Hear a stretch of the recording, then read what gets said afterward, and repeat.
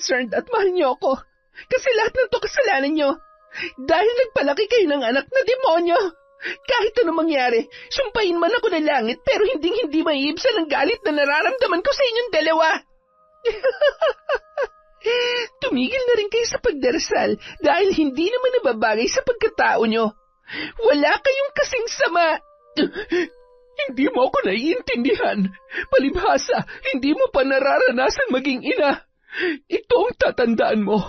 Walang hindi kayang gawin ng isang ina para sa anak niya. Kaya wala kang karapatang pagsalitaan ako ng ganyan. Wala! Mamatay ka sa gutom kung yan ang gusto mo. Huwag ka nang tumakbo pa, Sari. Dahil hindi mo na matatakasan pa ang iyong kapalaran. Habang nabubuhay ang aking apo sa iyong katawan, ay mananatiling nakakulong ang iyong kaluluwa sa manikang ito. Tama na. Maawa ka sa akin, Jane. Huwag mo akong papatayin. Anak! Huwag mo akong tatawaging anak dahil hindi ka karapat dapat maging ama. Nakikita mo ba to? Ito ang puputol sa lintik na kaligayahan mo. Taon 2004. Siquijor. Bandang 6:00 ng gabi, habang pababa ng hagdan mula sa rooftop ng paaralan, kung saan madalas tumambay si Sari nang bigla na lamang may humila sa kanyang buhok sa likuran. Halos maputol ang kanyang buhok at ramdam na ramdam niya ang pagkahila sa kanyang anit dahil sa malakas na puwersa ng pagkakahatak ng isang lalaki. Bitawan mo ako. Nasasaktan ako. Ano ba? Talaga masasaktan ka sa akin kapag hindi mo sinunod ang gusto ko. At hindi lang yan. Baka pati mga kaibigan mo madamay dahil sa pagmamatigas mo. Alam mo, hindi kita maintindihan. Ano bang ayaw mo sa akin? Gwapo naman ako, maganda naman ang katawan ko, at kung tutuusin, maraming mga babae nagkakandara pa sa akin. Tapos, ikaw lang tong nagpapa-hard to get na akala mo kung sinong kagandahan. Isa pa, ayaw na ayaw ko sa lahat yung pinapahiya ako ng kahit sinong babae sa harap ng karamihan. Mas gugustuhin ka pang masaktan o di kaya mahulog sa building na to kaysa pumatol sa demonyong katulad mo. Demonyo pala. Talagang pinupuno mo ako Napakasama mo. Oh, bakit? Ikaw naman na may gusto niyan, di ba? Ang gusto mo yung sapilitan at sakit ng katawan. Ano, Sari? Bakit ka umiyak? Oh, baby girl. Ikaw naman kasi masyado matigas ang ulo mo. Maliban sa pagka-superhero mo sa mga laruan ko, ayaw mo pang makipaglaro ng apoy sa akin. Kala mo naman lugi ka pa? Ano? Pumayag ka na kasi. Aray, yan ang dapat sa'yo, manyak. Hindi lahat ng gusto mo makukuha mo. Hindi lahat ng estudyante dito mapapasunod mo, lalong-lalo na ako.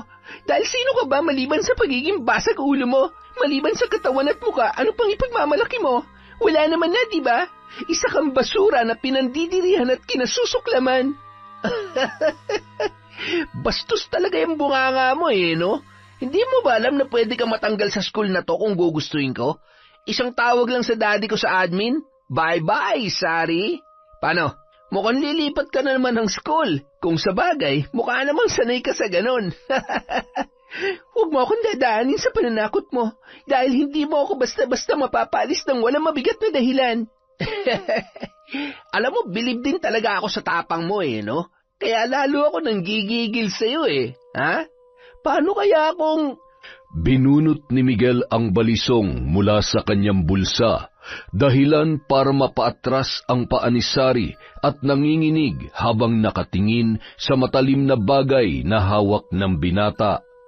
Pinapaikot-ikot pa yun ni Miguel na tila ba bihasang-bihasa sa paggamit noon. Sige, atras pa. Isang hakbang mo na lang, mararating mo na ang langit. At kung mamalasin, mapapaaga ka rin makarating sa impyerno. Sigurado kasi ako na hindi ka tatanggapin sa langit. Alam mo, bakit ako matatakot sa isa na namang bully na katulad mo? Sa totoo lang, sa ating dalawa, pati na rin ang mga kinakawawa at binibiktima mo, ikaw ang pinakaduwag. Siguro ang lungkot ng buhay mo at hindi ka mahal na magulang mo. Sigurado rin akong walang nagmamahal sa'yo dahil napakasama ng ugali mo. Wala kang karapatang sabihin sa akin yan. Mabilis na nakailag si Sari at malakas na naitulak si Miguel sa itaas ng building na yon. Nahulog ang binata na parang kung anong bagay lamang at nilapitan ng mga estudyanteng nasa baba na takot na takot. Hawak pa nun ang balisong, biyak ang ulo at lumabas ang utak habang dumadaloy ang sariwang dugo. Bahagya pang nangisa yun, ngunit agad na ring binawian ng buhay. Matapang na hinarap ni Sari ang pangyayari. Mabuti na lamang at may nakakita at nakakuha ng video na makapagpapalinaw ng buong pangyayari at malinis ang pangalan ng dalaga bago muling lisanin ang paaralang yun. Marami ring naglabasan na mga biktima ni Miguel na lalong nagpatibay sa iba't ibang masasalimuot na insidente sa kanilang paaralan. Ngunit mula ng gabing nangyari yon ay patuloy pa ring binabagabag ang dalaga ng mga pangyayari kahit pilit niya na yung kinakalimutan. Huwag kang lalapit sa akin! Lumayo ka! Tama na! Tigilan mo na ako! Wala akong kasalanan! Dahil sa mga nangyari sa kanya, madalas na ring nagtatalo ang kanyang amang si Santiago at ang bago nitong kinakasama. Hindi ka ba natatakot para sa anak natin? Nagawa niya ng pumatay Santiago at siguradong isa sa mga araw na ito may iba na namang mapapahamak dahil sa kanya. Ano ka ba naman? Ilang ulit ko bang sasabihin sa'yo na wala siyang kasalanan? Pinagtanggol niya lang ang sarili niya. Hindi pa ba malinaw sa'yo yun? Sabihin na nating self-defense yun nangyari. Santiago, hindi pa rin mababago nun ang katotohanan na nakapatay siya. Kriminal ang anak mo. Bawiin mo yung sinabi mo. Sinampal mo ako? Talagang ganyan mo kamahal ang anak mong yan? Pwes, mamili ka. Paalisin mo siya sa bahay na ito o kami ng mga anak mo ang aalis. Abataran. Ay, patawarin mo ako. Nabigla lamang ako. Susan, huwag naman ganito. Maawa ka naman. Susan, sandali. Mag-usap muna tayo. Saksi si Sari sa pagtatalong yon. Dahilan para siya na mismo ang kumausap sa kanyang ama. Papa, alam ko na nahihirapan po kayo sa sitwasyon nyo ngayon dahil sa akin. Tama po si Tita Susan. Ako na lamang po ang aalis. Kaya ko naman na po ang sarili ko. Pero anak, hindi naman ako mapapalagay kung hindi kita mababantayan at nakikita araw-araw. Huwag kayong mag-alala, Papa. Lagi ko naman po kayong tatawagan. Tsaka, doon po sa lilipatan ko na school, doon din po nag-aaral si Patrick. Kaya wala po kayong dapat ipag-alala. Pwede niyo naman po akong dalawin, di ba? Kung ako lang sana masusunod ay hindi tayo aabot sa ganito. Salamat, anak. Dahil naiintindihan mo ang sitwasyon ko ngayon. At pasensya ka na rin sa Tita Susan mo, ha? Wala po yon, Papa. Sanay na po ako. Huwag ka mag-alala. Ikukuha kita ng magandang apartment. At syempre, hindi kita pababayaan sa mga pinansyal na pangangailangan mo. At mag-iingat ka lang din at umiwas ka sa gulo, ha? Pang-apat na school mo na yan. Sorry po, Papa. Hindi ko po alam kung bakit lagi ako napagtitripan ng mga bully na yan eh. Pero pinapangako ko po na hanggat kaya ko, iiwas po ako. Pagod na rin po ako magpalipat-lipat ng school. Pero hindi ibig sabihin nun na hahayaan mong kahit sino nasaktan ka. Walang mali sa ginagawa mo dahil pinoprotektahan mo lamang ang sarili mo. Basta sa tamang paraan lamang, anak, ha? Salamat po, Papa. Oh, anak, bakit? Wala po. Mahigpit na niyakap ni Sari ang kanyang ama at tinapik-tapik naman noon ang kanyang likod. Pasimple namang nagmamasid ang madrasta ni Sari na noon ay napapaismid pa kapag nakikita na magkausap ang mag-ama.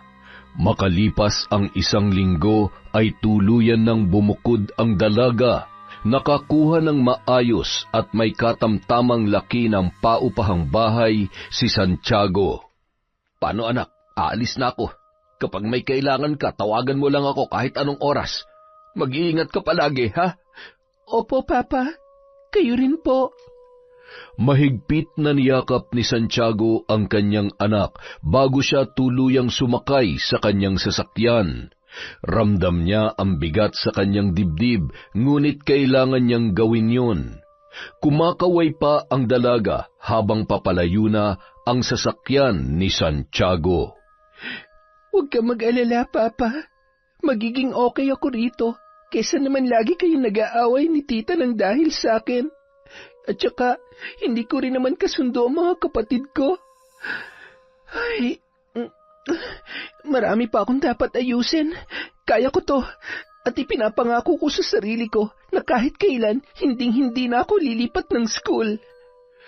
Kinaumagahan. Ilang minuto bago mag-alas 8 ay sinundo siya ng kanyang pinsan na si Patrick sakay ng motor nito. Ang aga mo, ah. Sabi kasi ni Tito, lagi daw kitang isabay papunta sa school, pati na rin pauwi. Sa madaling salita, walang pwedeng umali-aligid sa'yo. Hay nako, walang mangangas at hindi ko kailangan yan. Kumusta na nga pala sila, Tita? Ganun pa rin, saksakan pa rin ang sungit si Mami, hindi tulad ng daddy mo. Baka naman kasi hanggang ngayon, pasaway at masungit ka pa rin. Hindi napakabait ko kaya, insan. Halika na, sakay na't baka mahuli pa tayo sa klase. Nang makarating sa school ang magpinsan, agad na napansin ni Sari ang isang grupo na noon ay nakatambay sa kanilang daraanan. Insan, dito na tayo dumaan. Bakit? Dito na lang. Malapit naman tayo dito eh. Pwede naman sigurong tumabi ang mga... Ay, ang daming sinasabi. Halika na, baka mamaya mapagtripan pa tayo ng mga yan eh. Kilala mo mga yon? Oo, kaklase natin ang isa sa mga yon. Leader ng grupo nila, si Jane. Yung maganda? Oo, maganda talaga. Pero hindi ganun kaganda ang ugali nun. Kaya ngayon pa lang binabalaan na kita. Umiwas ka sa kanya. Okay. Iiwas lang pala eh. Tara na. Ilang minuto matapos makarating sina Patrick at Sari, dumating ang isa sa kanilang mga professor. Nagche-check na yon ng attendance nang dumating si Jane. Sinita pa nun ang dalaga, ngunit parang wala yung narinig. Kita mo na, sabi ko sa iyo eh. Walang kinatatakutan dito yan kahit saksakan pa ng stricto ang mga professor. Magaling yan sa klase kaya kahit pa ganyan-ganyan yan, lagi pa rin mataas ang score niya sa mga exam at halimaw din yan pagdating sa recitation. Tumango-tango na lamang si Sari hanggang sa naging abala na sila sa pakikinig sa discussion. Namangha naman ang lahat nang tawagin ng kanilang professor si Sari at maayos na naipaliwanag at nasagot ang tanong noon sa kanya. Nagpalakpakan pa ang kanyang mga kaklase, lalong-lalo na si Patrick at ang kaibigan nito na si Gavin. Ngunit nung mga oras na yon ay nakangisi at mahigpit na hawak ni Jane ang ballpen. Halos mabutas na ang notebook noon na sinusulyapan ang nakangiting si Sari. Makikita sa mga mata ng buong klase ang paghanga sa bago nilang kaklase. All right, good discussion today, class. And Sari, great insights. Ang ganda ng point mo kanina, I hope everyone learned something from that. For your next task, I want all of you to do further research about our topic. See you on Wednesday. Wow! Galing-galing mo naman, Insan. Tama nga si Mami. Matalino ka pala talaga. Insan, turuan mo ako pag may oras ka, ha? Ano ka ba? Tsamba lang yon. Nagkataon lang na medyo familiar sa akin yung topic. Bigla namang tumayo si Jane sa kanyang upuan at lumapit kay Patrick. Lumipat ka ng upuan? Bilis. Pero, bingi ka ba? Hindi. Sabi ko nga, lilipat na eh. Sari, halika na. Doon tayo sa may bandang likuran. Teka, sino nagsabi na isasama mo siya? Obviously, kaya ako lumipat dito kasi mukhang magkakasundo kami ni... Ano nga ang name mo? Sari. Nice meeting you, Jane. Well, natutuwa ako na kilala mo ako agad by name. At sa mga susunod na araw, siguradong mas makikilala mo pa ako, Sari. Alam mo, gustong-gusto ko pa naman yung mga tipo mo, kaya I'm pretty sure na hinding-hindi mo makakalimutan ang bawat araw na katabi, kasama at kaklase mo ko. Tiningnan siya ni Jane mula ulo hanggang paa, sabay ngumisi bago umupo sa katabing upuan. Hindi niya maiwasang makaramdam ng kaba, lalo na't sa unang araw pa lamang niya sa paaralang yun ay tila ba iba na ang pakiramdam niya sa mga binibitawang salita ng kanyang kaklaseng si Jane. Gayunpaman, nang makita niya ang pasa sa may braso nito, ay napaisip si Sari. Ang laki naman ng pasa niya. Palaaway ba talaga siya? Bakit kaya siya ganyan? Matapang ba talaga siya o ginagawa niya lang yan para katakutan siya ng iba? Nung mga oras na yun, kinakabahan naman si Patrick para sa kanyang pinsan.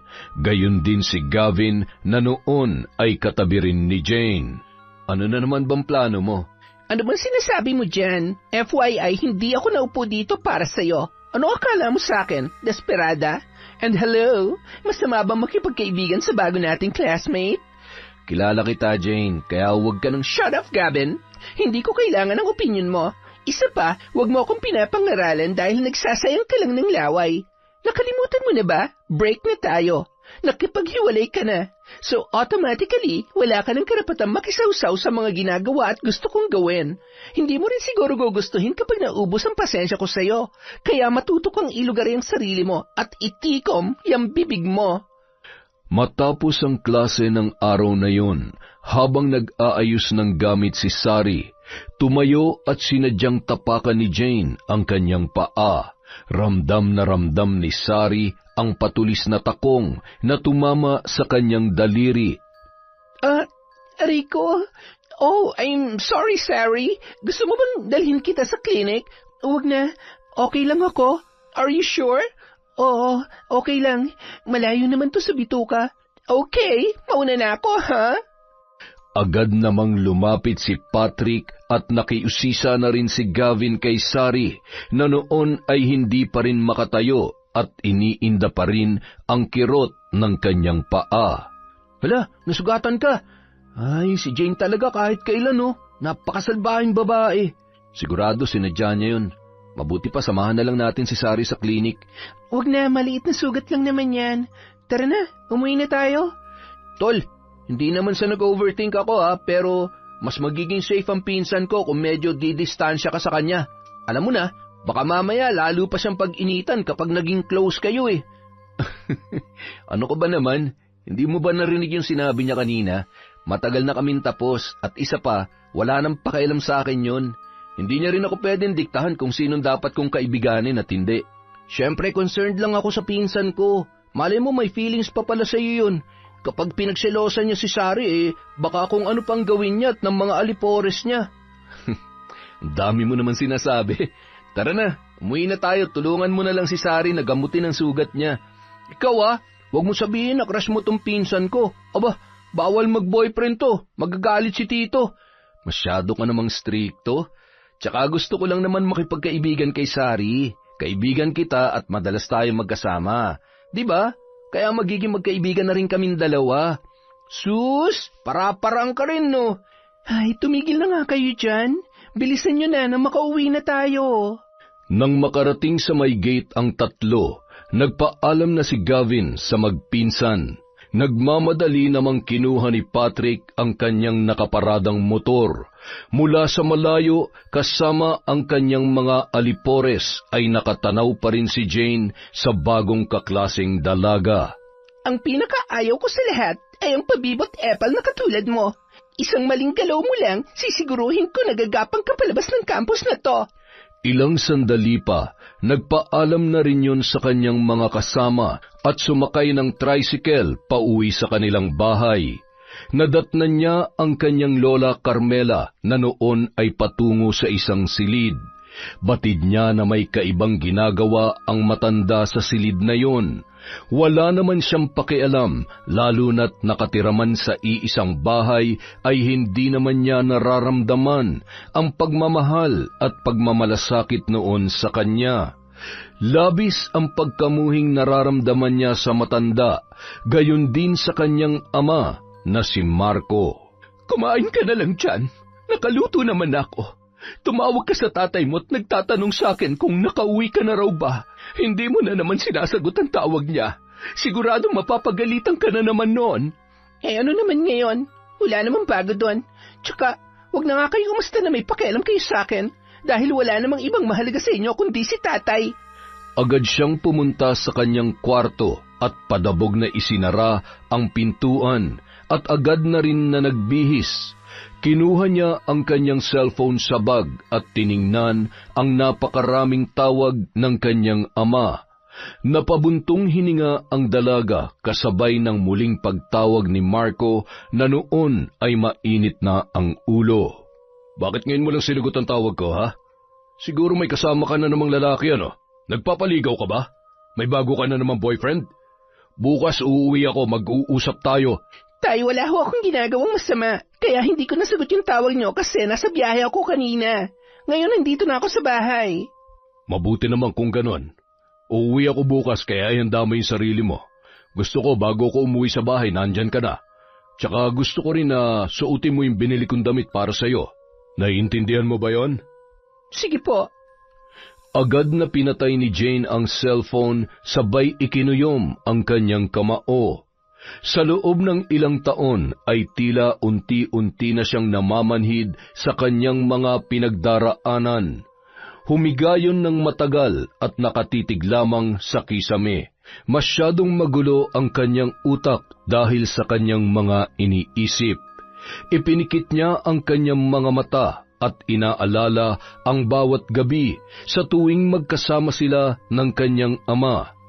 Gayon din, hindi niya alam kung hanggang kailan niya matatakasan ang buhay na kanyang kinasusuklaman. Sa kabilang silid, hawak naman ni Lola Carmela ang isang rosaryo na naninikluhod at lumuluha habang nagsusumamo sa Diyos ng kapatawaran. Isa lamang akong ina na gustong protektahan ang anak ko. Ilang beses na ako nagkasala sa iyo at patuloy na nagkakasala. Mapatawad niyo sana ako. Mahal ko ang apo ko, ngunit mahal ko rin ang anak ko. Sa kabilang banda, kailangan ko nang umuwi. Hinahanap na ako ni nanay.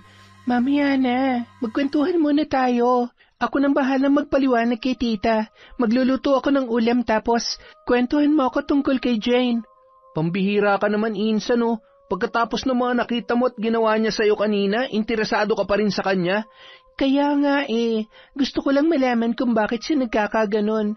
Alam mo kasi, madalas yung mga nagtatapang-tapangan, pagkulat masyadong galit sa mundo, sila yung totoong nakakaawa. Mukhang okay naman siya.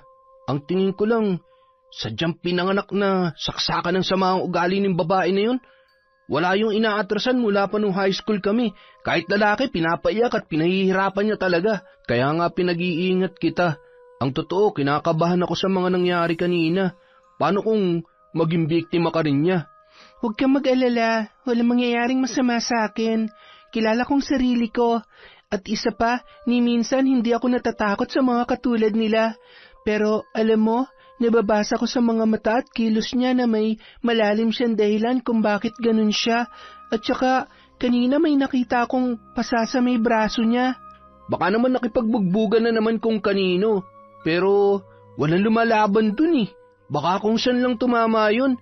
Siguro nga, kilala mo ba mga magulang niya? I mean, kung kaklase mo siya mula high school, di nakita mo na sila, nakausap. Oo. Yung tatay niya na mukhang masungit at kung makatingin parang mangangain ng tao. Tapos si Gavin, ayun, di ba nga naging sila ni Jane?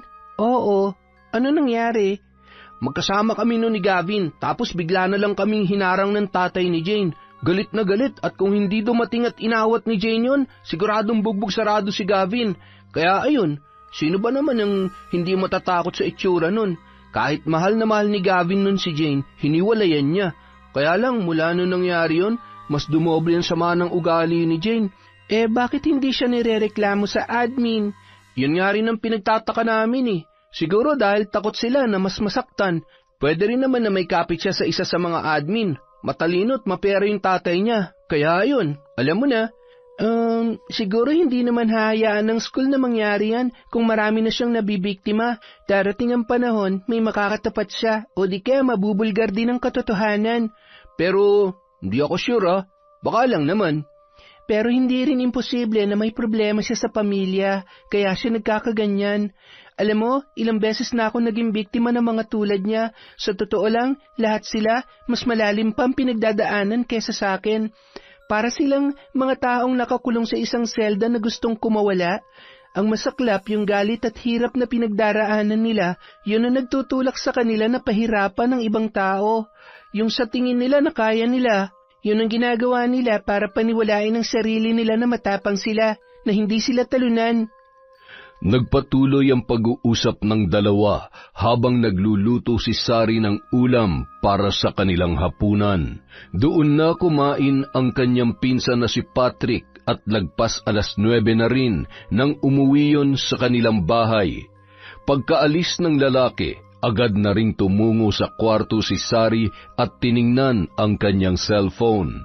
Napangiti siya nang makita ang ilang friend requests ng kanyang mga kaklase sa kanyang social media account. Bigla niyang naisip na hanapin at i-stalk si Jane, ngunit wala siyang nakita. Bakit hindi siya active sa social media? Baka iba lang na pangalan ng gamit niya. Makatulog na nga. Maaga nga palang pasok namin bukas. Makirot pa naman ang sugat ko. Kinaumagahan. Wala pa si Jane sa upuan nito nang dumating si Sari. Agad naman siyang binati ni Gavin na may kasama pang magandang ngiti. Sus, tigilan mong pagpapakyut dito sa pinsan ko Yung mga ngiti na yan, hindi ang papasa sa akin. Alam mo, kontrabida ka talaga kahit kailan. Kapag ako nainis, ikaw na lang ang liligawan ko. Kiss kita dyan makita mo. Uy, tol, walang ganyanan. Marupok ako, baka mamaya. Hindi kita mahindian, tol. Hoy, tumigil nga kayong dalawa. Nakakadiri kayo. Pumunta ka na dun sa upuan mo, Patrick. Puro kayo kalokohan. Pagkaupo ni Sari ay siya namang dating ni Jane. Nasa pinto pa lamang ay tumahimik bigla ang lahat. Diretso lang yon na tumungo sa kanyang upuan na walang imik-imik. Good morning, Jane. Okay ka lang? Ako? Tinatanong mo kung okay? Mukha ba akong may sakit? Alam mo, ayaw na ayaw ko pa naman yung mga usyusera at pinakikialaman ng buhay ko. Isa pa, hindi dahil tumabi ako dito, close na tayo. Sorry. Ilang sandali pa, dumating na ang unang professor nila nung araw na yon. Kapansin-pansin na habang nasa klase ay malayo ang iniisip ni Jane. Ilang beses ding tinulungan yon ni Sari sa recitation. Pagkatapos ng klase, bandang 3:00 ng hapon, sinundan yun ni Sari sa CR. Huy, saan ka pupunta? Uuwi na tayo. Ihilang ako. Hintayin mo na lang ako sa labas ng gate. Sure ka? Oo nga, sige na. Saglit lang ako dito. Bago pumasok sa CR ay narinig niya ang boses ni Jane na mayroong kausap sa telepono. Opo, Tay. Uuwi na po. Matapos marinig ang mga katagang yon, may narinig si Sari na tila ba malakas na suntok sa pader, kaya agad na lamang siyang pumasok sa kabilang cubicle at pinakiramdaman ang susunod na mangyayari. Samantala, isang babaeng estudyante noon ang nagmamadali papasok at hindi sinasadya na masagi si Jane. Bulag ka ba? Napakatanga mo! Dapat sa'yo inilulublob sa drum! Jane, tama na. Bitiwan mo na siya. Hindi niya naman yata sinasadya na mabangga ka. Alam mo, saksakan ka ng pakialamera, no? Kanina pa ako nagtitimpi sa'yo. Jane, kung may pinagdadaanan ka, hindi mo naman kailangan gawin to. Ano bang alam mo? At kung makapagsalita ka, akala mo naman talaga may alam ka sa pinagdadaanan at nararamdaman ko. Ito na ang huling beses na pakikialaman mo ako, Sari, ha? Dahil sinasabi ko sa'yo, pagsisisihan mo kapag naubos ang pasensya ko. Magsama kayo, mga tanga. Aray ko, ang sakit nun ah. Agad namang tinulungang tumayo ng babaeng estudyante si Sari at nagpasalamat yon sa dalaga. Walang anuman. Sige, mag-iingat ka na lang sa susunod. Mauna na ako sa'yo ha. Salamat din. Nang makarating si Sari sa labas ng gate, ay nakakunot noon na si Patrick. Ang tagal mo naman umihi. Teka, bakit parang pawis na pawis ka? Okay ka lang ba? Oo, okay lang ako. Tara na. Habang nakaangkas si Sari sa motor ng kanyang pinsan, ay lalo lamang siyang napapaisip sa uri ng buhay at kung bakit nagkaganoon si Jane.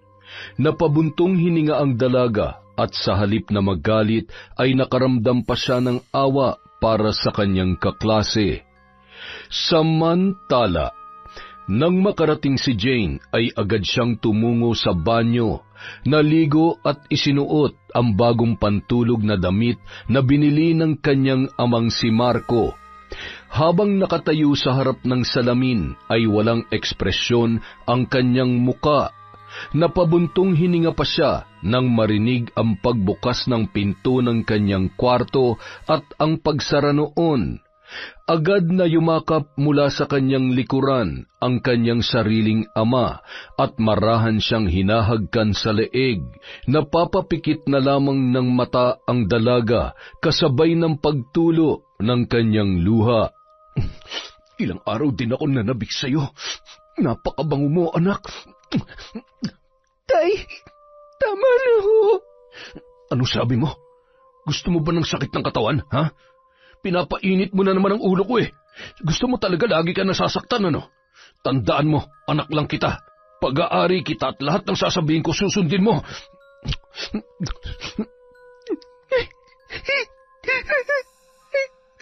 Tama na po. Nung mga oras na yun, kahit rinig ni Lola Carmela ang daing at pagpupumalahaw ng kanyang apo, ay wala naman siyang magawa. Nang makaraos ay lumabas si Marco sa silid na yon, na pawis at tila ba walang nangyari. Ipaghain niyo ako ng pagkain ay. Nagugutom ako. At pakainin niyo rin yung apo niyo na nag-iinarte na naman. Anak, hindi kaya sumusobra naman na ang... Ang sabi ko, ipaghain niyo ako ng pagkain. Sino ka ba para pagsabihan ako, ha? Akong bumubuhay sa iyo at sa apo mo. Kaya itikom mo yung bibig mo at huwag mo akong pakailaman.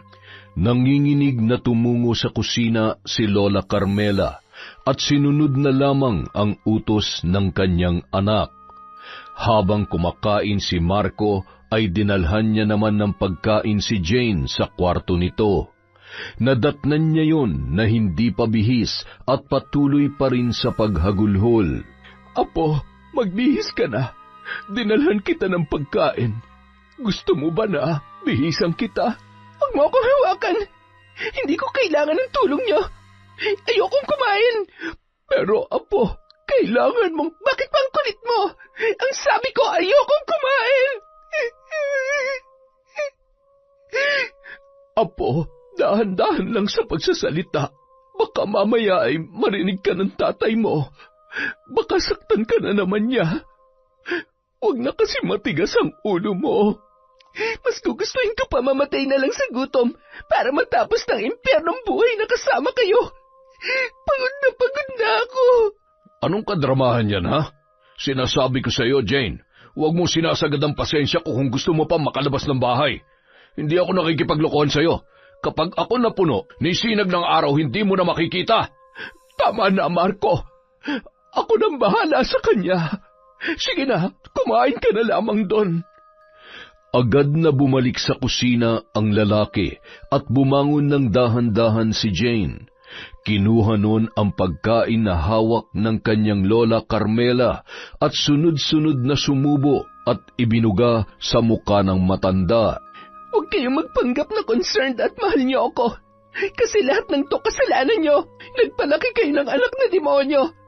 Kahit anong mangyari, sumpain man ako ng langit pero hindi maiibsan ang galit na nararamdaman ko sa inyong dalawa. Tumigil na rin kayo sa pagdarasal dahil hindi naman nababagay sa pagkatao nyo. Wala kayong kasing sama. Hindi mo ako naiintindihan. Palibhasa hindi mo pa naranasan maging ina. Ito ang tandaan mo. Walang hindi kayang gawin ng isang ina para sa anak niya. Kaya wala kang karapatang pagsalitaan ako ng ganyan. Wala.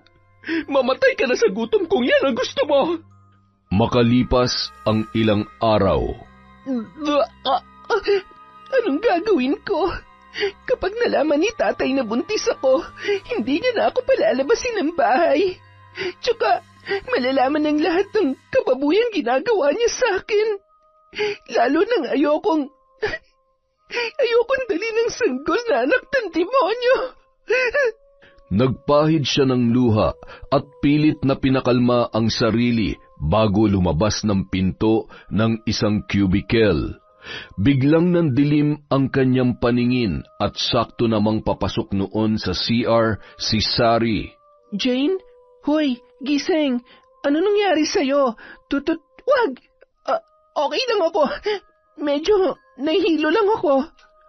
Tinulungan ni Sari ang dalaga na tumayo at aksidenteng nalaglag ang pregnancy test. Dahan-dahang pinulot yun ni Sari at agad namang inagaw ni Jane. Buntis ka? Hindi Wala akong boyfriend. Paano naman ako mabubuntis? Tsaka, nakuha ko lang to dyan sa loob. May nakaiwan siguro. Salamat sa tulong mo at concern. Pero sabi ko naman sa'yo, hindi ko kailangan ng tulong ng kahit na sino. Isa lang ang ipapakiusap ko. Wala sanang makaalam na iba sa nangyari at nakita mo sa akin. Salamat. Nagmamadaling umalis si Jane. Pansin ni Sari sa lakad noon na hindi pa rin maayos ang pakiramdam ng dalaga. Batid ni Sari na hindi nagsasabi ng totoo si Jane, lalo na't kitang-kita niya sa ekspresyon ng mukha nito ang kaba. Buong araw sa unang pagkakataon, hindi nakipag-usap si Jane sa kahit sino sa kanyang mga kinikilalang kaibigan. Hindi niya na rin hinintay ang kanyang huling klase sa hapon. Umuwi na siya at agad na nagsara ng kanyang pintuan. Kinuha niya mula sa kanyang bag ang isang lubid na may katamtamang haba. Binili niya yon bago siya umuwi para isagawa ang kanyang plano. Nanginginig ang kamay habang sinusukat niya ang dulong bahagi noon sa kanyang leeg, sabay itinali at sinigurong matibay yon. Ito lang ang tanging paraan para matapos ng lahat ng to. Ayoko na.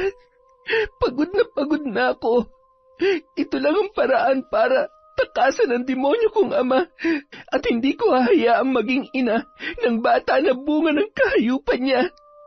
Gusto ko na araw-araw niyong pagsisihan na sinira niyo mag-ina ang buhay ko.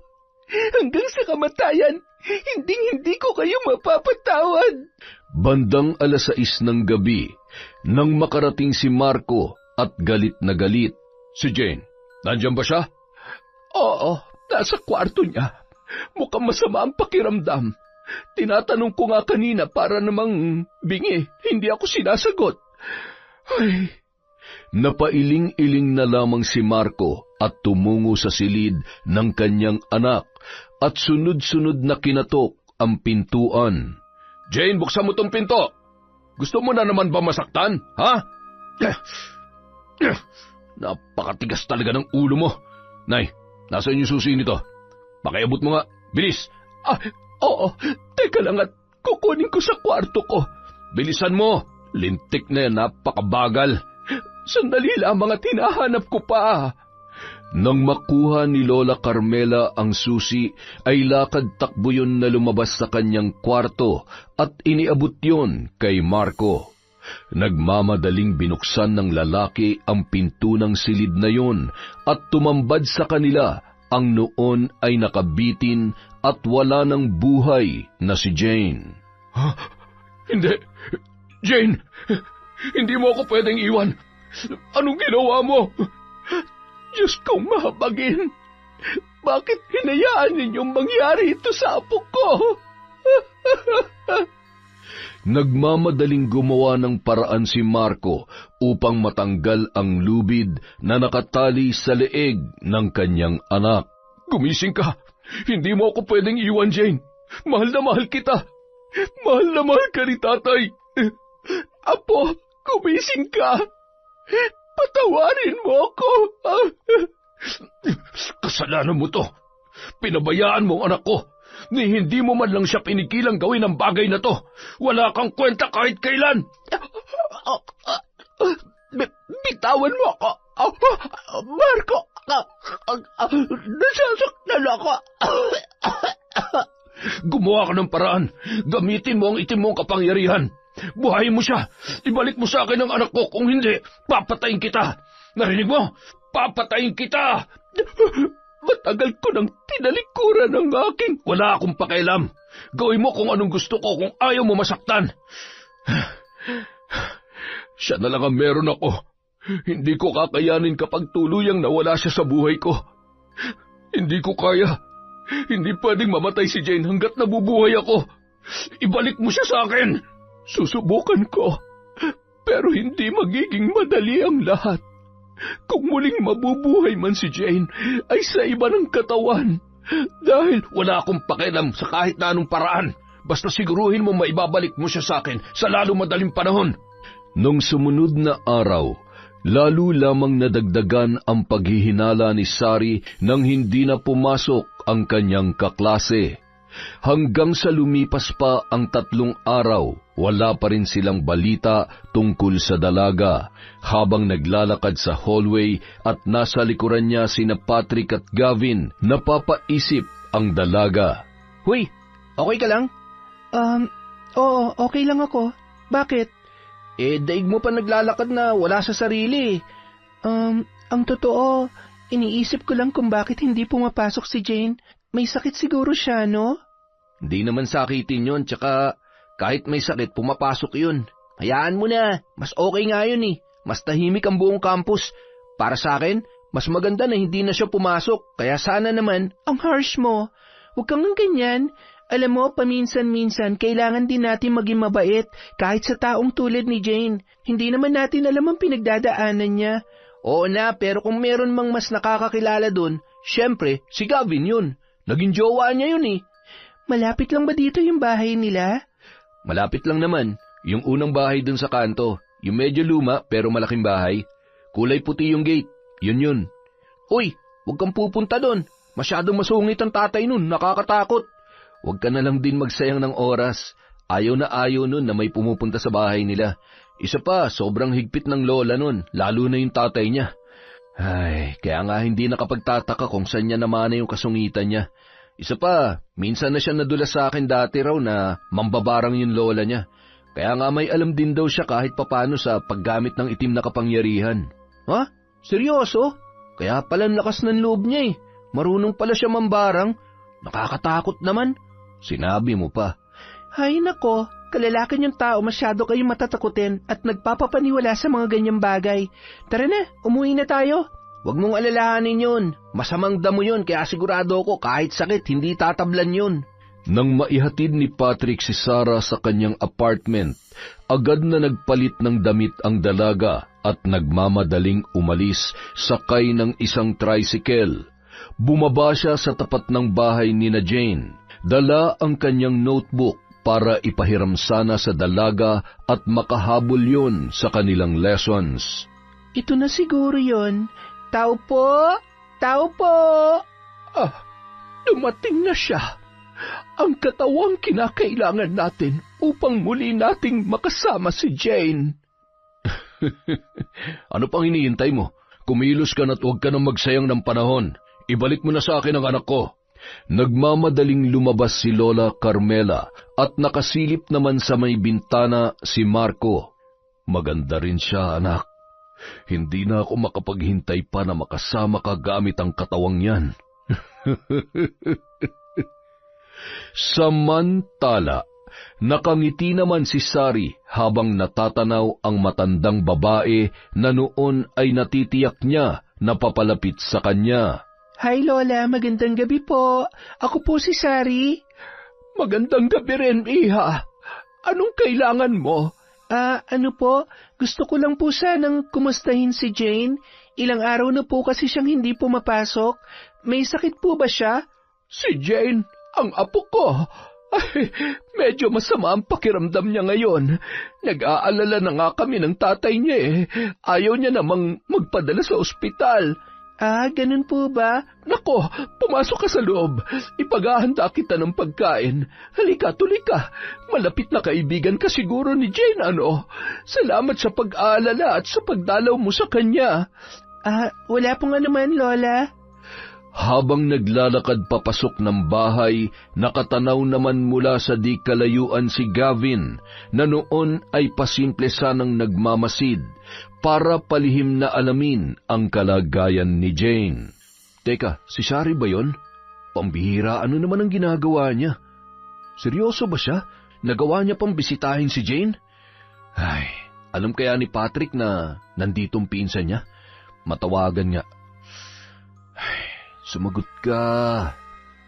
Oh, Gavin, mismo na ba ako agad? Anong balita? Loko, nandito ako ngayon sa tapat ng bahay ni na Jane. Uy, stalker ka ngayon ha. Ingat ka, baka mahuli ka ng tatay niya. Yari ka ron. Sira, tumawag ako kasi hulaan mo kung sino nakita ko dito. Hindi si Jane. Sino? Yung lola niya? Anak ng... Type mo yung lola niya? Ano ka ba naman kahit kailan puro kakalokohan? Ay, nakita ko dito si Sari. Ano? Anak ng... Anong ginagawa niya dyan? Hindi ko nga alam eh. Nagulat nga rin ako nung nakita ko siya. Ay, ang kulit din talaga ng pinsan ko. Sige na, tatawagan ko nga muna. Sige, huwag ka mag-alala. Aabangan ko siyang lumabas. Sige, tol. Salamat ha. Samantala, nang makapasok sa loob ng bahay si Sari, ay may naamoy siyang kung anong masangsang at parabang nabubulok na hayop. Inilibot niya ang kanyang paningin sa loob ng may kalakihang lumang bahay na yon. Maya-maya, inabutan siya ni Lola Carmela ng juice.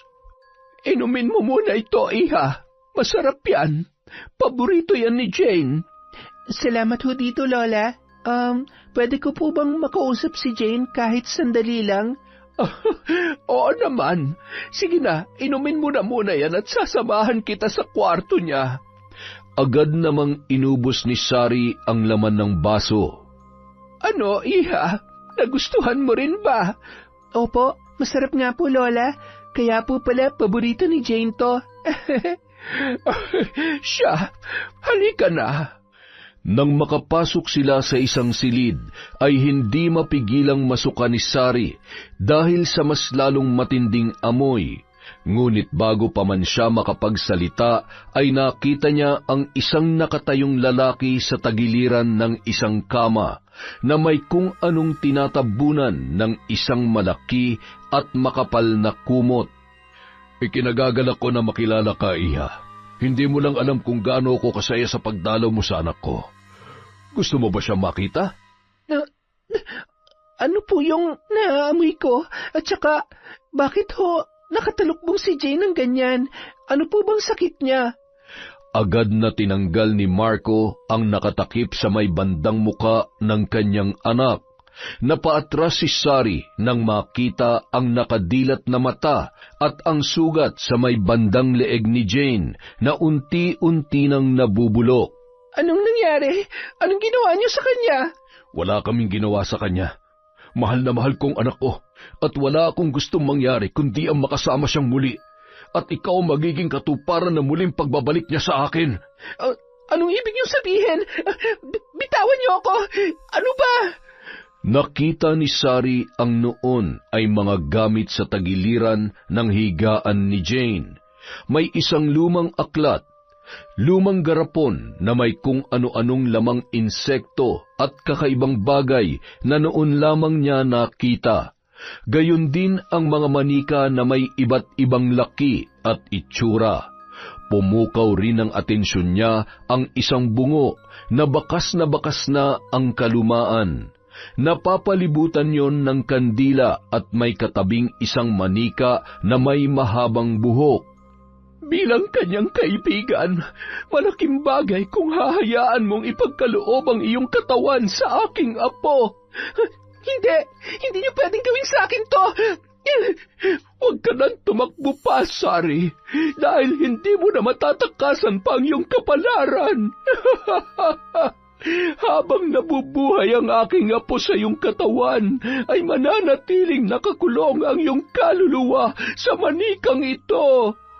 Unti-unti na ring nakaramdam ng panghihina si Sari dahil sa ibinigay na inumin ng matanda na nagtataglay ng isang orasyon na pampatulog.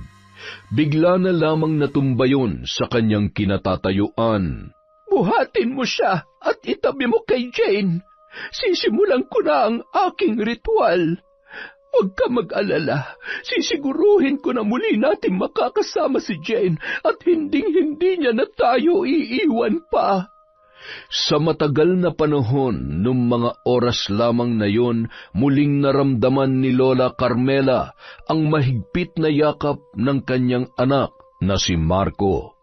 Kung isa ito sa paraan upang muling maramdaman mo kung gaano kita kamahal, anak, at magiging daan upang makabalik tayo sa dati. Hinding-hindi ko pagsisisihan ang isang malaking kasalanan na gagawin ko.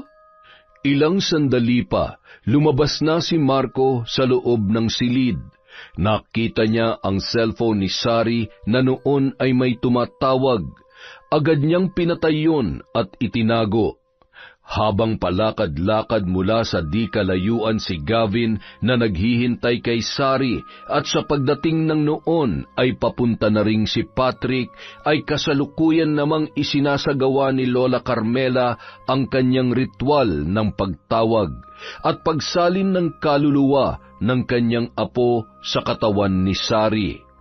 Hawak niya ang isang kulay pulang alupihan na noon ay buhay na buhay at gumagapang sa kanyang kamay. Ikaw ang magsasalin ng buhay ng aking apo sa katawan ng dalagang ito. Angkinin mo ang kanyang katawan. Buhayin mo ang aking apo sa kanyang katauhan.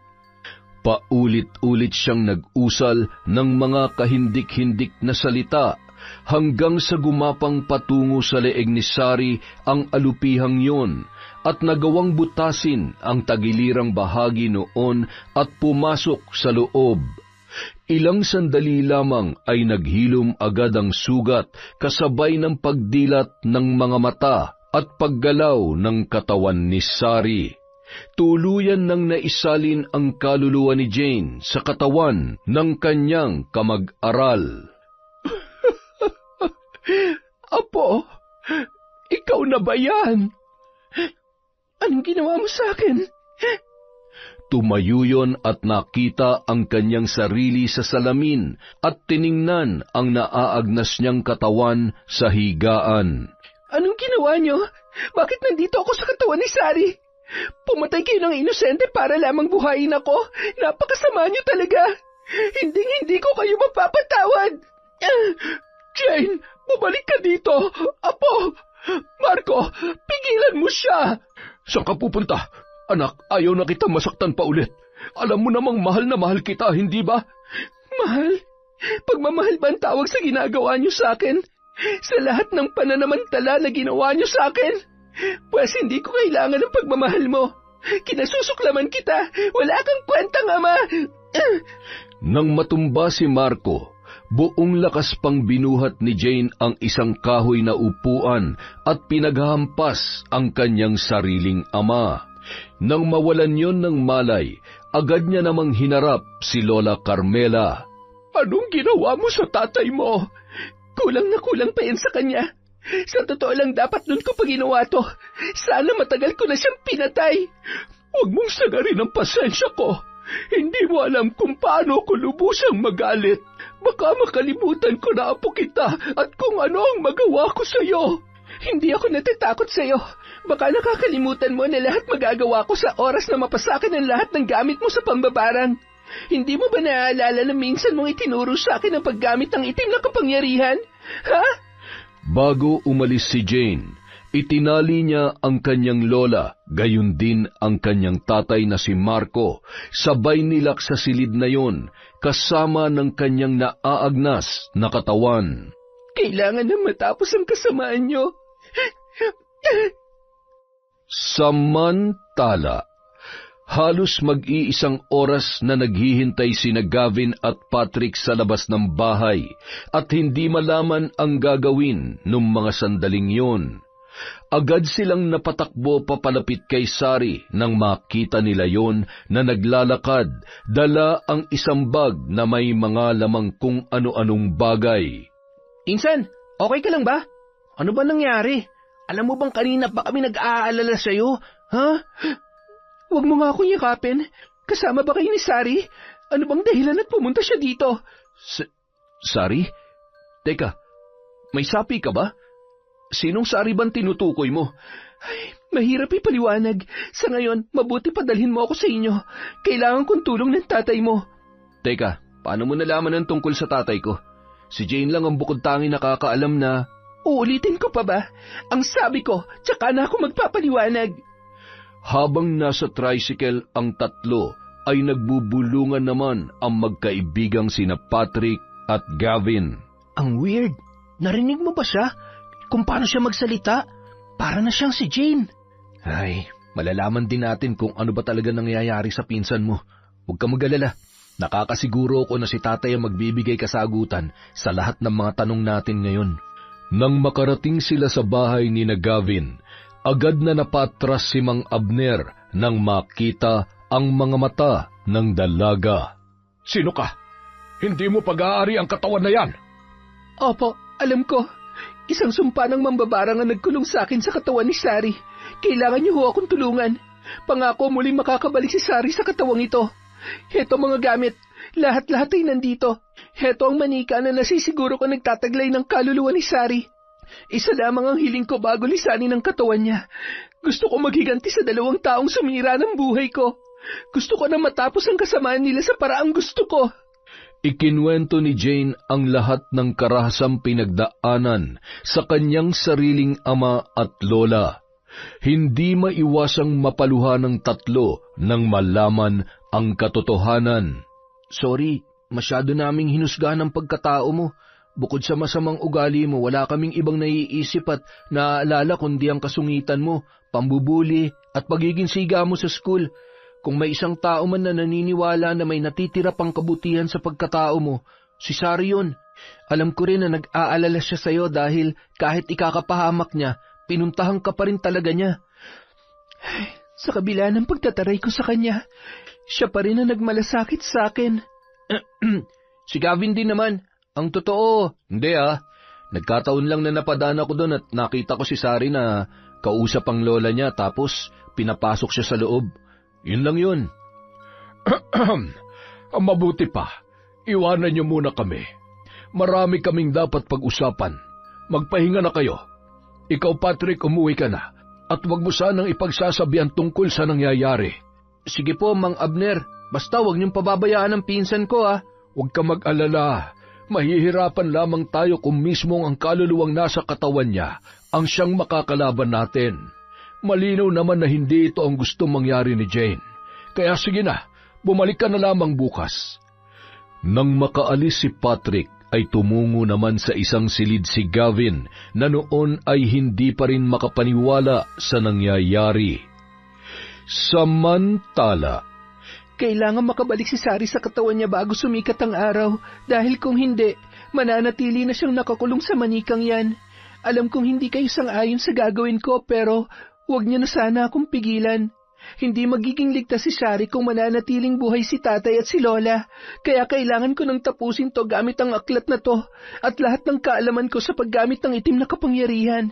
Kung pwede po sana, iwanan niyo muna ako rito. Pinagbigyan naman ni Mang Abner ang kahilingan ng dalaga.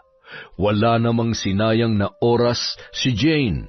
Inilatag niya sa sahig ang lahat ng kailangan niya upang maisagawa ang ritual ng pambabarang. Kamatayan lamang ang nararapat sa inyo at mas gugustuhin ko pang sama-sama tayo matupok sa impyerno kaysa muling mabuhay at pagsamantalahan ng paulit-ulit. Ayoko na rin may madamay pa. Mga wala kayong konsensya. Ipapatikim ko sa inyo ang pinakamaiksi, ngunit walang katumbas na paghihirap at sakit sa nananatiling sandali ng buhay ninyo. Samantala, nagising si Lola Carmela na nakatali ang kanyang mga kamay at paa. Pilit niyang kinakalaga ng sarili gamit ang kanyang bibig, ngunit hirap na hirap yon dahil sa matibay at mahigpit na pagkakatali. Marco, anak, gumising ka! Marco! Nay, ano nangyari? Sino may gawa nito? Lintik.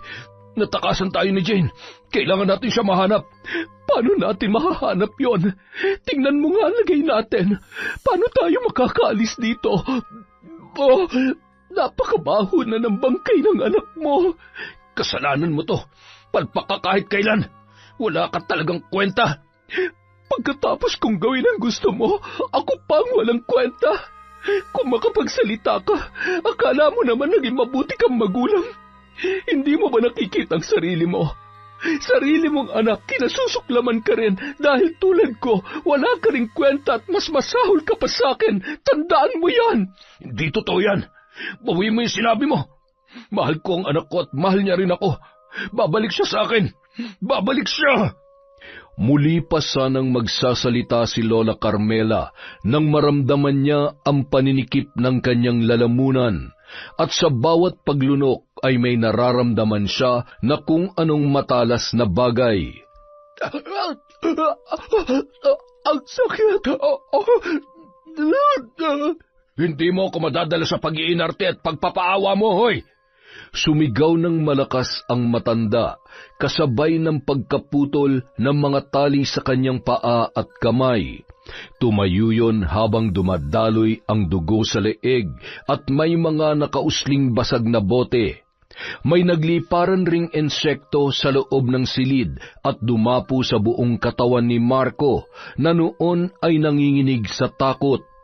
Demonyo ka! Anong ginagawa mo? Tigilan mo to! Parang wala sa sariling lumapit si Lola Carmela kay Marco at hinawakan ang mukha noon. Bumunot ng isang bubog mula sa kanyang leeg, dahilan para tumilamsik ang dugo sa mukha ng lalaki at nagsisigaw ng paulit-ulit na tinusok ng matanda ang sarili nitong mga mata. Napaihina sa salawal si Marco dahil sa labis na takot. Lalo na nang makita ang sandamakmak na alupihang kulay pula na nagmumula sa bibig ng kanyang ina at nagkalat sa sahig, patungo sa kanya. Wala siyang magawa kundi magpumalahaw, lalo na nang makita ang wala ng buhay na si Lola Carmela. Bakit nangyayari to? Sinong... Tay? Tatay? Jane, anak, ikaw ba yan? Tulungan mo ako. Tulungan mo si tatay. Nasaan ka? Magpakita ka sa akin. Kalagan mo ako rito, anak. Ilang sandali pa, tumayo ang naaagnas na katawan sa higaan at lumapit yon kay Marco. Wala kang karapatang maging malaya. Dapat sa'yo mamatay. Papatayin din kita. Wag, tatay mo ako. Hindi mo ako magagawang saktan. Patawarin mo ko, anak. Patawad? Walang katumbas na kapatawaran ang pagsira mo sa buhay ko. Kahit ilang beses pa kitang patayan, hindi maiibsan ang galit na nararamdaman ko. Kinasusuklaman kita. Wag! Huwag ka lalapit sa akin! Wag! Ang tagal kong naging mahina, duwag at nagpadala sa labis na takot dahil gusto kong mabuhay. Pero matagal niyo na pala akong pinatay. Ikaw ang pumatay sa mga pangarap ko. Kaya ito ang dapat sa'yo. Nagluwa ng napakaraming kalawangin pako ang naaagnas na katawan ni Jane. Pagkatapos ay pinulot niya yon sa sahig at pilit na isinusubo sa bibig ng kanyang ama at ang ilan ay isinasaksak niya sa iba't ibang parte ng katawan noon. Ilang sandali pa, napalingon yon sa isang gunting ng yero na nasa ilalim ng higaan. Napangisi at marahang kinuha yon. Tama na. Maawa ka sa akin, Jane. Huwag mo akong papatayin. Anak, Huwag mo akong matawag-tawag na anak dahil hindi ka karapat-dapat maging ama. Nakikita mo ba to? Ito ang puputol sa lintik na kaligayahan mo. Walang awang pinutol noon ang pribadong bahagi ng kanyang ama at pinagpira-piraso. Nawalan ng malay si Marco ng mga sandaling yun, ngunit batid ni Jane na siya ay humihinga pa. Ilang sandali pa, habang patuloy sa pag-usal ng mga kahindik-hindik na salita, ay nagsigapangan ang mga linta sa sahig hanggang sa napuno ng mga yon ang katawan ni Marco. Dumoble ang laki ng mga linta dahil sa napakaraming dugo. Halos butot balat na lamang na butas-butas ang iniwang bakas noon kay Marco. Dilat ang mga mata at nakabuka ang bibig na noon ay wala ng buhay. Sa muling pagkikita natin sa impyerno, nasisiguro ko na maaalala nyo na akong tumapos sa buhay nyo. Hinding-hindi na ako magiging sunod-sunuran at ako naman ang iyong katatakutan. Apoy ang tuluyang tatapos at magbubura ng mga kawalang hiyaan nyo dito sa lupa. Nagulat na lamang ang mga kapitbahay sa biglaang pagliyab ng apoy at pagkatupok ng kabahayan ng mag-ina. Bagamat wala ni isang nakalabas ng buhay at naisip nilang magkakasamang namatay ang mag-anak sa loob ng bahay na yon. Diyos ko, amang mahabagin, kawawa naman sila. Ganun talaga ang buhay. Ay, masyadong mabilis ang pangyayari. Kawawa naman si Jane. Napakabata pa niya. Magaling pa man din sa klase at magandang bata kahit laging nakasimangot. Ay, sumalangit nawa ang kanilang kaluluwa. Matapos sabihin ang mga katagang yun, ay sunod-sunod na kulog at kidlat naman ang tumama sa kalupaan, dahilan para magsitakbuhan ang mga yon pabalik sa kani-kanilang mga bahay. Samantala, habang nakahiga si Sari sa isang katre, ay patuloy sa pagdarasal si Mang Abner upang palayain ang nakakulong na kaluluwa sa isang manika at maisalin sa dati nitong katawan.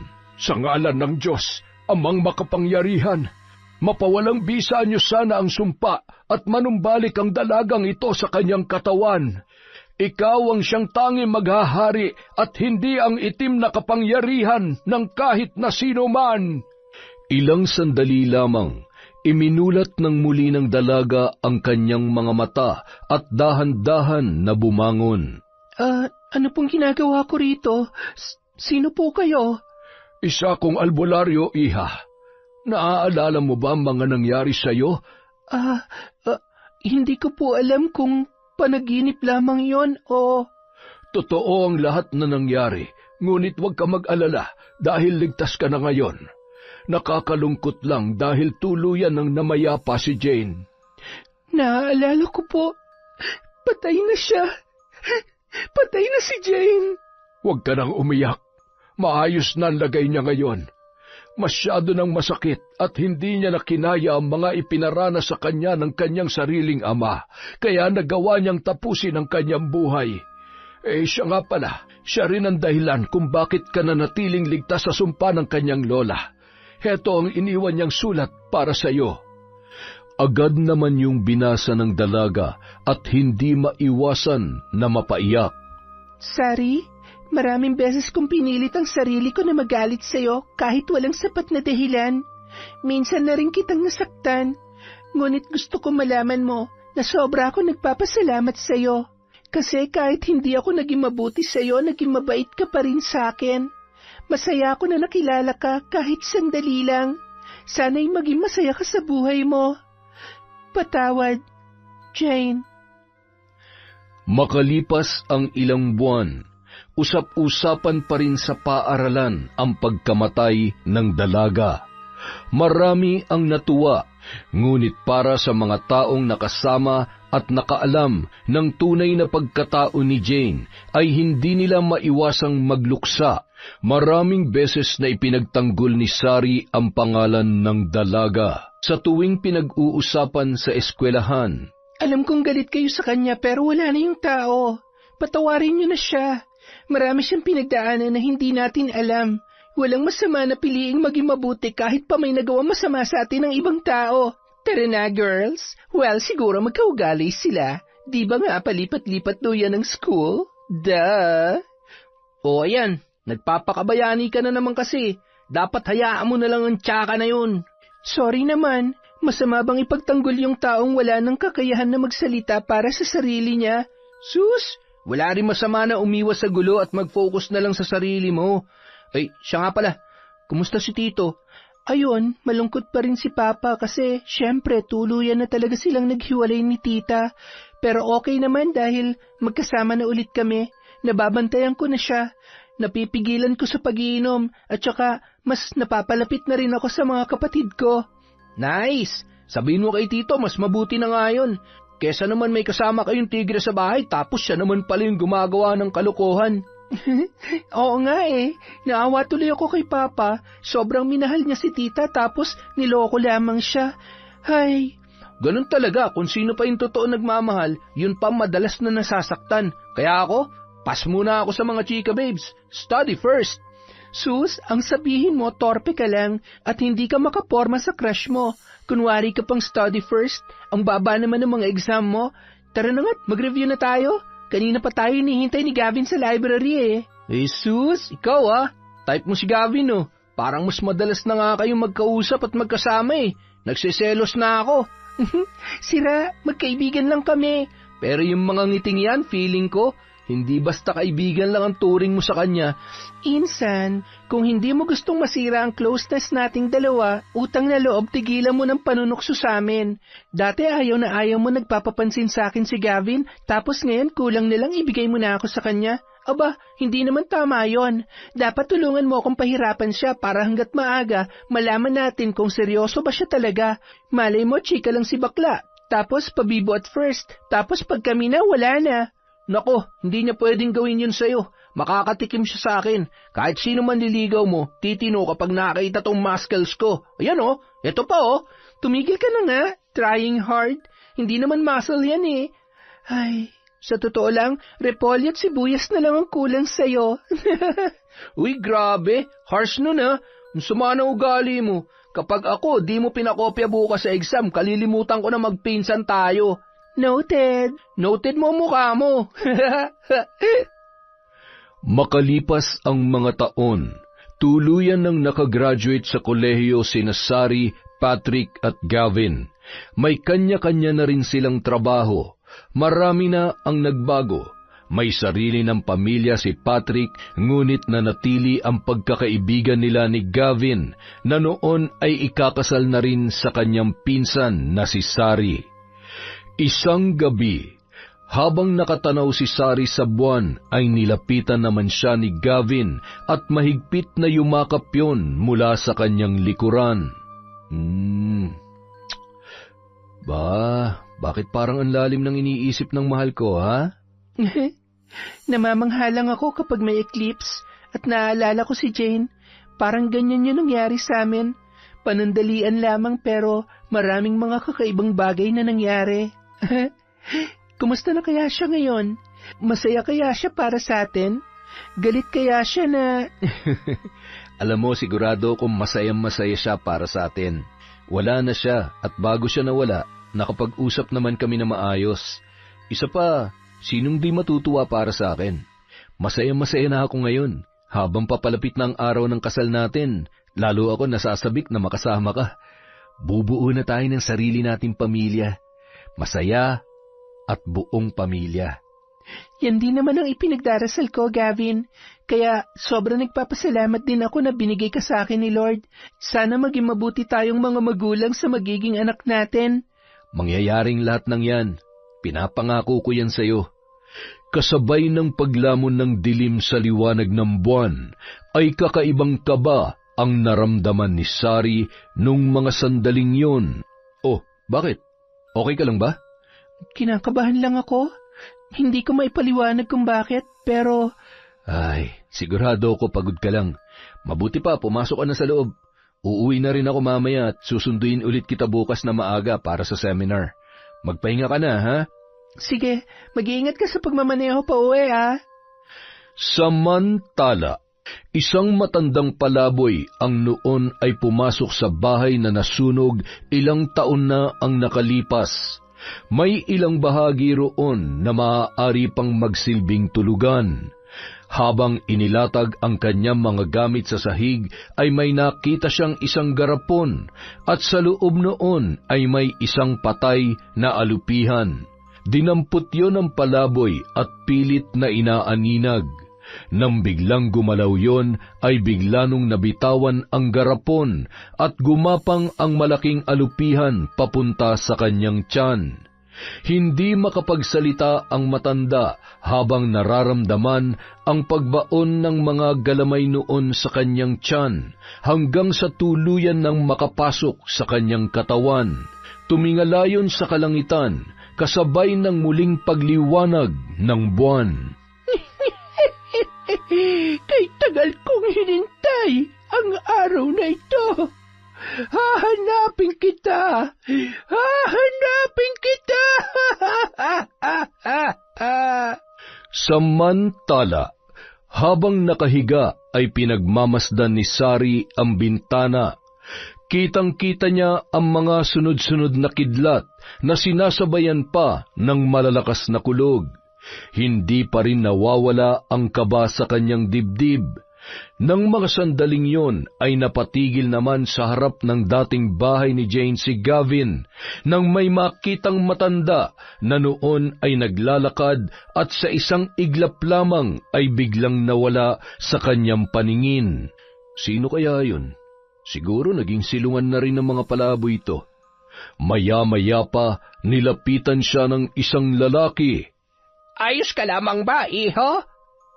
Opo. Parang may nakita ho kasi akong babae kanina.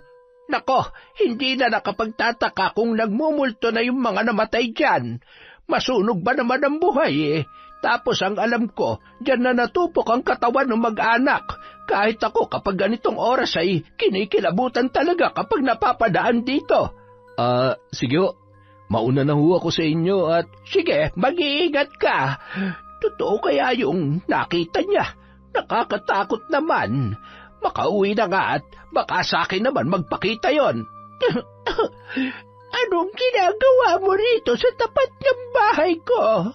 Meron ka bang kailangan? Ay, Diyos mio, nakakagulat ka naman. Sino ka ba, ha? At, aray, bitawan mong braso ko. Ang talas ng kuko mo, lintik ka. Tulungan mo akong mahanap ang aking apo. Kung gusto mo pang mabuhay. Sinabi ng bitawan mo ako paano kita tutulungan hirap na nga akong ihakbang tumpa ko. Hanapin mo ang ampo mo mag-isa mo, si Raulo. Makapasok na nga sa bahay. Huwag kang susunod, ipapalapa kita sa mga alaga kong aso, sinasabi ko sa'yo. Saan ko ba hahanapin ang batang yon? Kailangan kong humingi ng tawad sa kanya. Apo, sana'y mapatawad mo ko. Isang araw, ang araw ng kasal ni Sari at Gavin. Habang naghihintay sa altar ang binata at nakasara pa ang pinto ng simbahan, bago pumasok ang noon ay napakaganda sa suot niyang wedding gown, ay bigla na lamang may humawak sa braso ng dalaga.